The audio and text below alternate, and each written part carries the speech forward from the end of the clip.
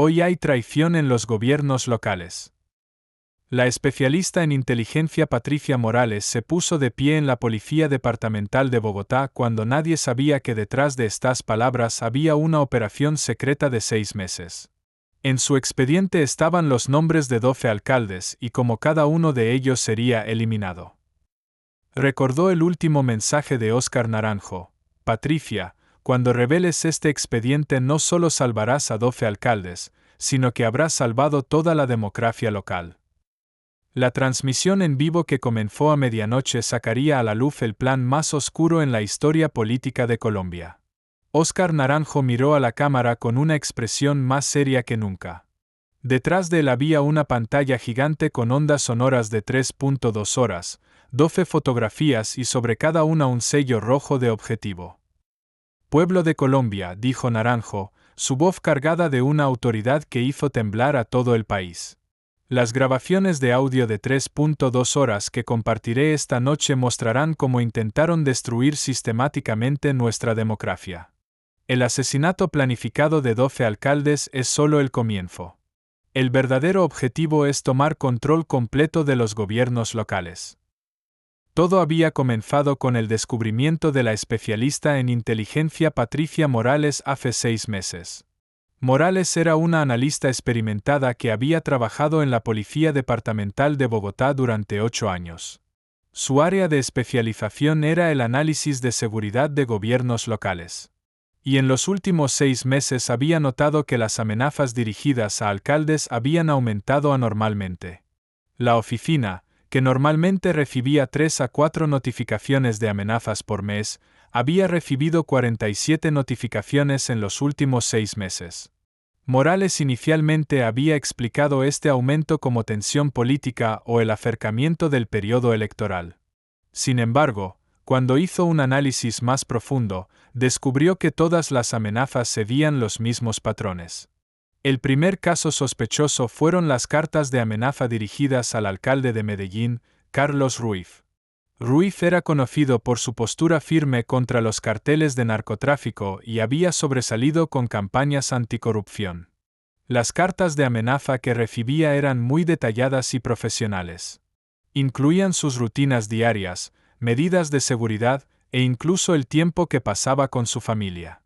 Lo que llamó la atención de Morales fue que estas amenazas no solo eran detalladas, sino que también usaban un lenguaje y formato consistentes. Era como si hubieran sido escritas por la misma persona o grupo. Con esta sospecha, comenzó a examinar las amenazas que llegaban a otros alcaldes. El segundo caso fue la alcaldesa de Cali, Ana María González. González era conocida por su trabajo activo en derechos de las mujeres y protección ambiental. Entre sus proyectos recientes había regulaciones ambientales que afectaban las actividades del cartel. Las amenazas que recibía también seguían el mismo patrón que las de Ruiz. El tercer caso fue el alcalde de Barranquilla, Roberto Torres. Torres había sido muy exitoso en temas de seguridad portuaria y lucha contra el narcotráfico. Sus operaciones recientes habían afectado seriamente las operaciones marítimas del cartel. Y nuevamente recibía el mismo tipo de amenazas. En este punto Morales decidió hacer un análisis sistemático. Examinó todas las notificaciones de amenazas de los últimos 6 meses, buscó puntos comunes, rastreó direcciones de remitentes. El cuadro que emergió la aterrorizó. 12 alcaldes diferentes estaban recibiendo amenazas del mismo patrón y todos eran personas que afectaban significativamente las actividades del cartel. Estos 12 nombres eran los alcaldes más efectivos y honestos de Colombia. Todos implementaban políticas antinarcóticos, luchaban contra la corrupción y dificultaban las operaciones locales del cartel. Y ahora todos recibían la misma amenaza. El verdadero shock de Morales vino con el análisis técnico de las amenazas. El tipo de papel usado, la calidad de la tinta, los caracteres de escritura, todo apuntaba a una organización profesional. Esto era muy diferente de las amenazas aleatorias de pandillas callejeras. Era parte de una operación sistemática, bien planificada y bien financiada. Después de este descubrimiento, Morales decidió profundizar secretamente.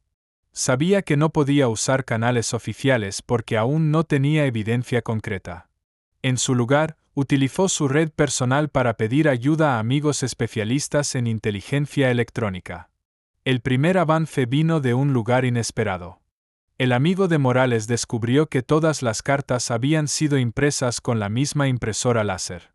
Todas las cartas habían salido de la misma impresora láser y era posible rastrear el número de serie de esta impresora.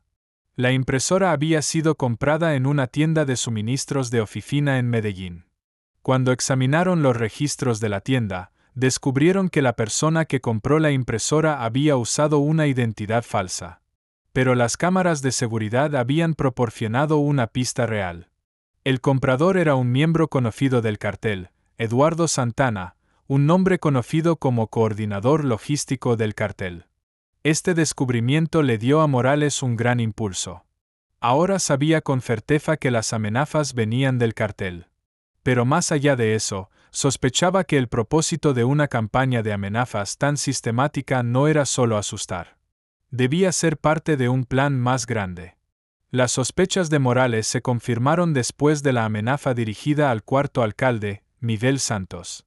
La carta de amenaza que recibió Santos era diferente de las otras.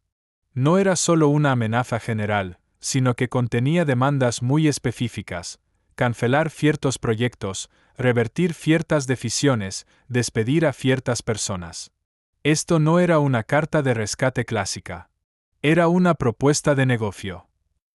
El cartel quería que Santos hiciera ciertas cosas y a cambio garantizaba su seguridad. Si Santos rechazaba esta propuesta, enfrentaría las consecuencias. En este punto Morales entendió que el cartel no solo estaba tratando de asustar a los alcaldes. Estaba tratando de controlarlos. En este punto, Morales se dio cuenta de la magnitud de la situación. Las amenazas dirigidas a 12 alcaldes no eran solo ataques individuales. Era una operación coordinada y su objetivo era tomar control sistemáticamente de los gobiernos locales de Colombia. El cartel planeaba ya sea controlar a los alcaldes democráticamente elegidos o eliminarlos y poner a sus propios hombres en su lugar. Después de este descubrimiento, Morales decidió iniciar una investigación más grande. Pero para esto necesitaba ayuda. Y la única persona en la que podía confiar era Óscar Naranjo. Su primera reunión con Naranjo tuvo lugar el 15 de octubre de 2024, en una ubicación secreta. Morales presentó a Naranjo toda la evidencia que tenía: cartas de amenaza, análisis técnicos, rastros de impresora, conexiones del cartel. Mientras Naranjo examinaba las evidencias, su expresión se endurecía gradualmente. Patricia, dijo, esto no es solo una amenaza.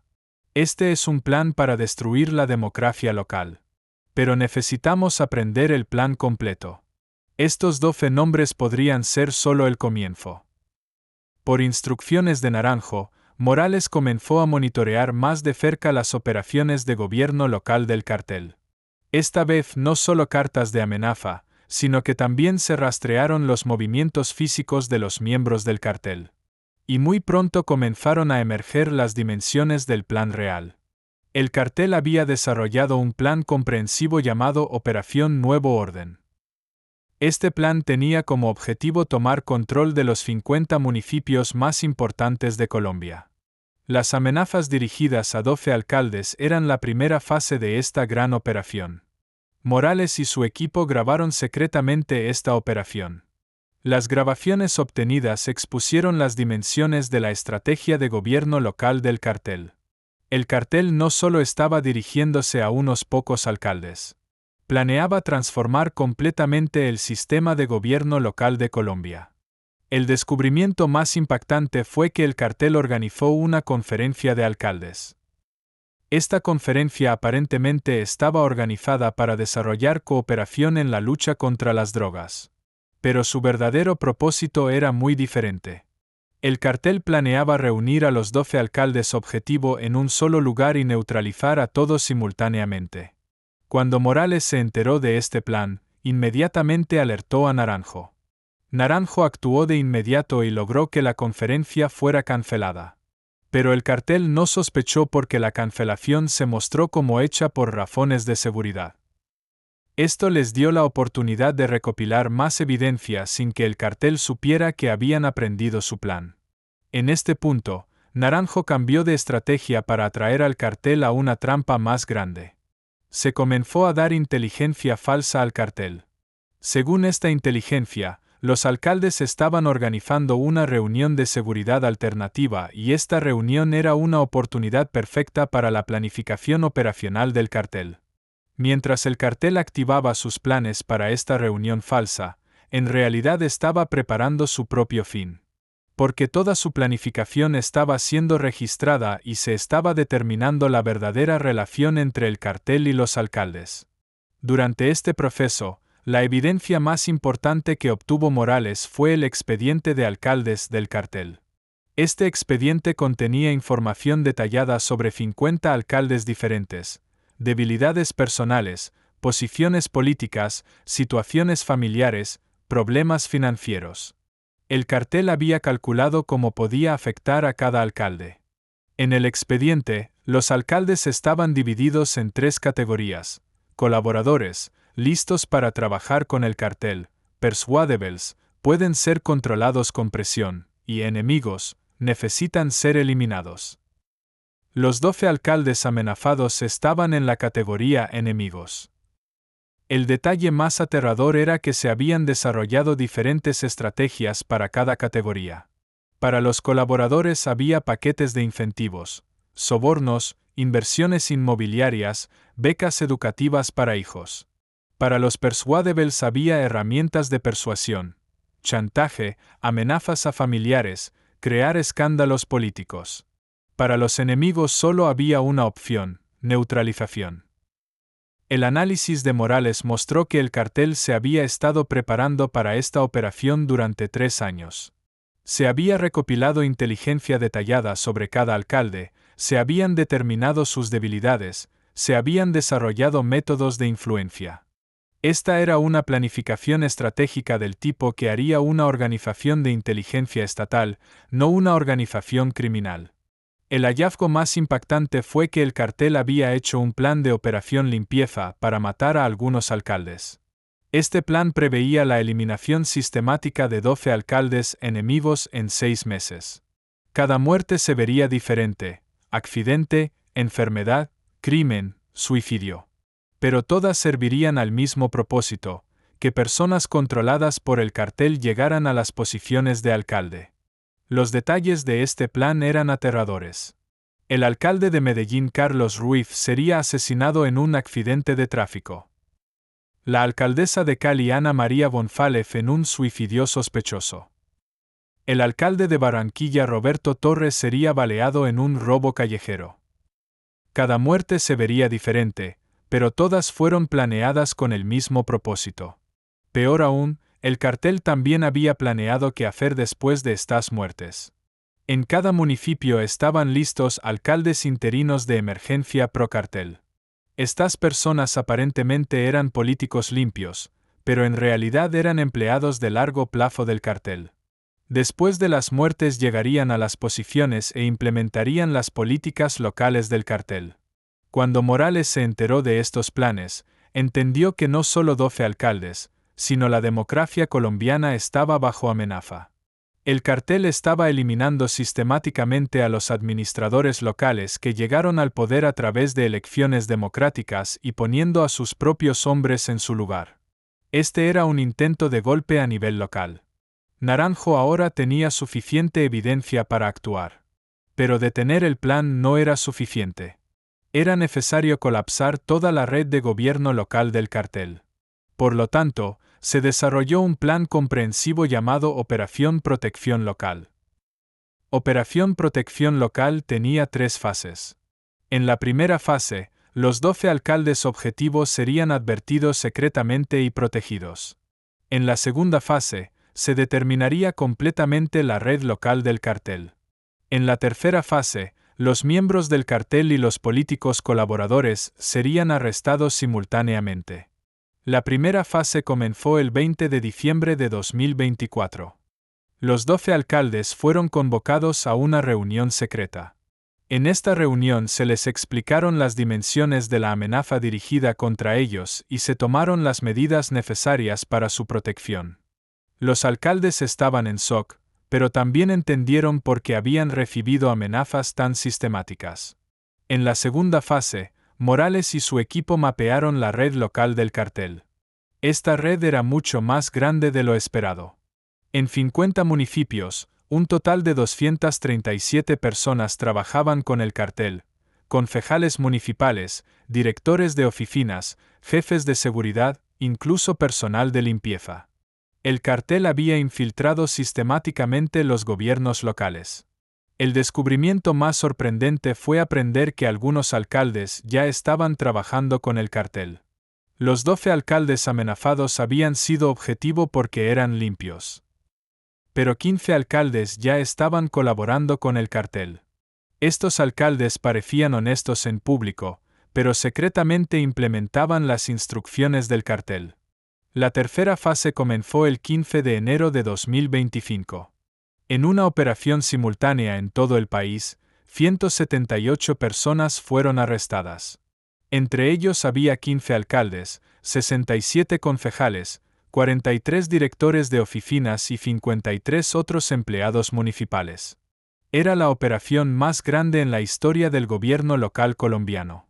Las grabaciones de audio de 3.2 horas que Naranjo compartió en su transmisión en vivo expusieron toda la planificación de esta operación. La grabación más impactante fue la conversación donde el líder del cartel planeaba el orden de asesinato de los 12 alcaldes. Carlos Ruiz será el primero, porque es el más vocal. Ana María será la segunda, porque es la que más afecta nuestros proyectos ambientales. Roberto será el tercero, es crítico para nuestras operaciones portuarias. Los otros vendrán después, pero estos tres son prioridad. Estas palabras mostraban cómo el cartel clasificaba a los alcaldes según su nivel de amenaza. Los más efectivos serían asesinados primero, los menos efectivos vendrían después. Esta era planificación fría. Las otras grabaciones fueron tan impactantes que millones de personas que vieron la transmisión en vivo quedaron en shock. El asesinato de 12 alcaldes del cartel era solo el comienzo. El plan real era controlar completamente 50 municipios. El momento más dramático de la transmisión en vivo fue cuando se mostraron las fotografías de los 12 alcaldes objetivo en pantalla. Debajo de cada fotografía estaba escrito el método de muerte que el cartel había planeado. Carlos Ruiz, accidente de tráfico.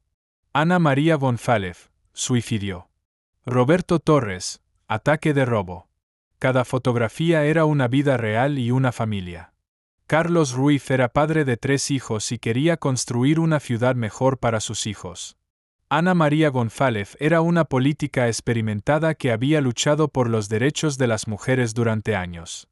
Roberto Torres era un alcalde querido por el pueblo que defendía los derechos de los trabajadores portuarios. Entre las grabaciones que publicó Naranjo, la más dolorosa fue la conversación que mostraba cómo el cartel evaluaba a estos alcaldes. Estos alcaldes interfieren con nuestro negocio. El pueblo los apoya, pero el pueblo no sabe qué es bueno. Nosotros elegiremos mejores alcaldes para ellos. Nuestros hombres trabajarán más eficientemente. Estas palabras revelaban impactantemente cómo el cartel veía la democracia. Las elecciones democráticas no importaban.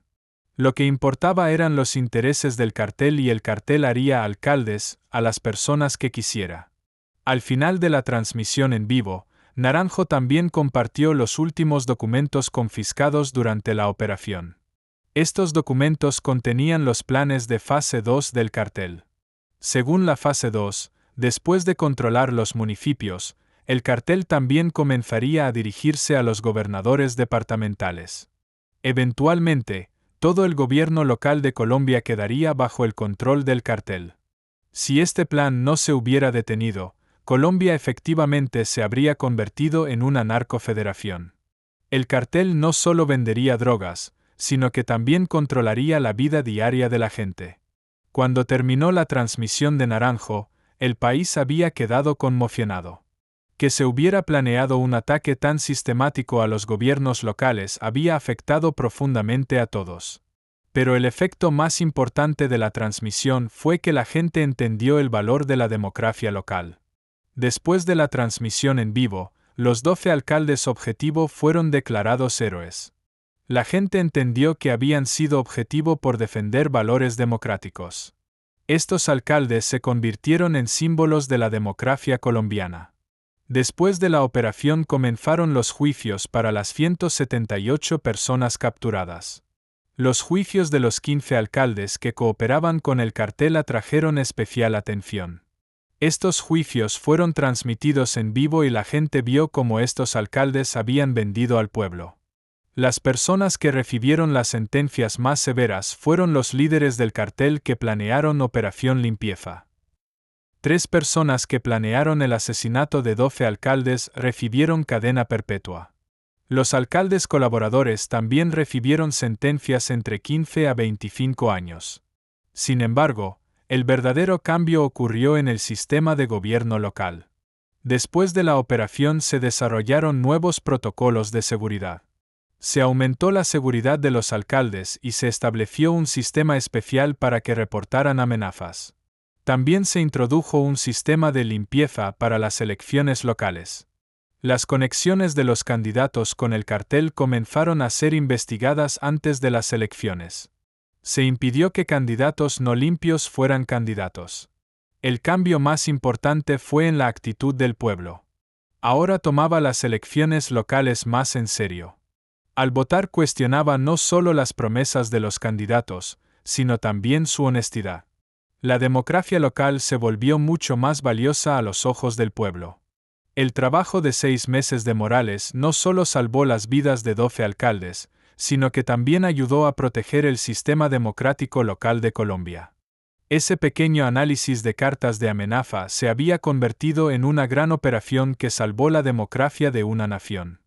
Los 12 alcaldes objetivo regresaron más fuertes después de la operación. Con el apoyo del pueblo resistieron las presiones del cartel y desarrollaron mejores proyectos para sus ciudades. Su éxito también inspiró a otros alcaldes. Hoy, los gobiernos locales de Colombia son mucho más fuertes y están protegidos. El plan Operación Nuevo Orden del cartel había colapsado completamente, en su lugar se había establecido un verdadero nuevo orden. Gobiernos locales sin cartel, limpios y democráticos. Las grabaciones de 3.2 horas que Naranjo transmitió esa noche se habían convertido en una historia de éxito que mostraba cómo se podía proteger la democracia local en Colombia. El asesinato planificado de 12 alcaldes había sido prevenido, 237 colaboradores del cartel habían sido capturados, y la democracia local había permanecido de pie fortalecida. Porque como dijo Patricia Morales, la democracia no es solo nacional, sino también local. Cada alcalde es una parte viva de la democracia. Protegerlos es proteger la democracia. Sin embargo, la investigación posterior reveló que la red del cartel era aún más extensa de lo imaginado. En los archivos confiscados se encontraron planes para lo que el cartel llamaba Proyecto Alcaldía, un programa para crear una nueva generación de políticos locales leales al cartel desde sus años universitarios.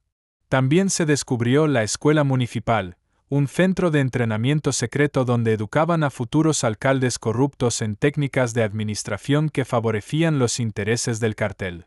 Los graduados de este programa ya ocupaban posiciones en gobiernos municipales en todo el país. Los documentos mostraron que habían establecido Operación Espejo Municipal, que había infiltrado incluso organizaciones internacionales de desarrollo municipal que proporcionaban fondos y asesoría a gobiernos locales colombianos. El cartel había desarrollado la Red Fantasma Municipal, un sistema de comunicación que usaba códigos basados en discusiones aparentemente inocentes sobre desarrollo urbano en foros académicos. Un mensaje sobre planificación urbana sostenible en realidad significaba instrucciones para operaciones de lavado de dinero a través de contratos municipales. Los planes también incluían Proyecto Hidra Municipal, sistemas de respaldo que asegurarían continuidad incluso si el 70% de su red municipal fuera expuesta. Tenían rutas de evacuación política establecidas para alcaldes comprometidos, incluyendo identidades alternativas y posiciones en gobiernos extranjeros. La revelación completa de esta infiltración masiva galvanizó no solo a Colombia, sino a municipios en toda América Latina. Países en la región comenzaron a examinar sus propios gobiernos locales buscando evidencia de infiltración similar. El caso se convirtió en un modelo sobre cómo el crimen organizado podía amenazar la democracia local.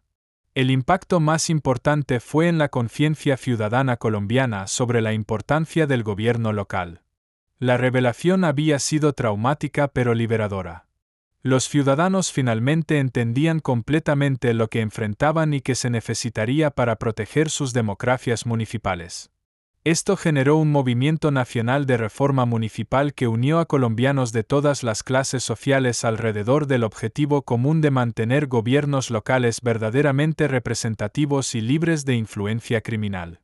El resultado fueron reformas que fortalecieron la supervisión ciudadana de gobiernos municipales, nuevas leyes que criminalizaron formas específicas de captura del Estado a nivel local, y programas de educación que enseñaron a ciudadanos cómo detectar y reportar influencia criminal en sus municipios. La historia había demostrado que incluso las formas más sofisticadas de infiltración criminal podían ser derrotadas cuando ciudadanos vigilantes y funcionarios valientes decidían que ya no las tolerarían. La revelación de Óscar Naranjo había sido el catalizador, pero la verdadera victoria había venido de la respuesta colectiva de una nación que decidió proteger la integridad de sus gobiernos locales.